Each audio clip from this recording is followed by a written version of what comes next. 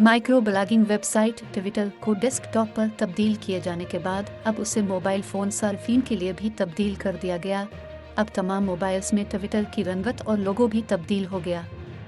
Twitter को इब्तिदाई तौर पर 24 जुलाई को तब्दील करके उसकी रंगत ब्लू से ब्लैक कर दी गई थी और उसका तारीखी परिंदे का लोगो हटाकर उसकी जगह एक्स दिया गया था। डेस्कटॉप सार्फिन के बाद अब मोबाइल सार्फिन के लिए भी ट्विटर को तब्दील कर दिया गया।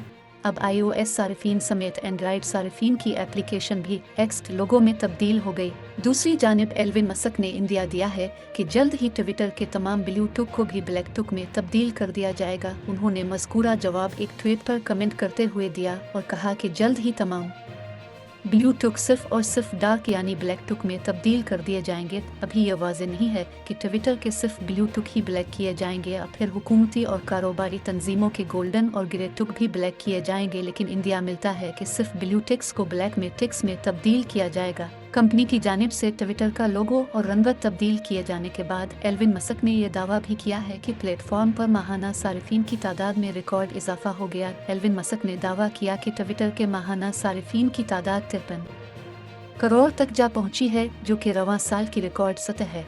ट्विटर की जानिब से फेसबुक के हरीफ प्लेटफॉर्म थ्रेड्स के मुतारफ होने के बाद कई नई तब्दीलियां मुतारफ कराए जाने का इम्कान है, जिससे प्लेटफॉर्म कई अफराद की दोबारा तवज्जो हासिल करने में कामयाब जाएगा।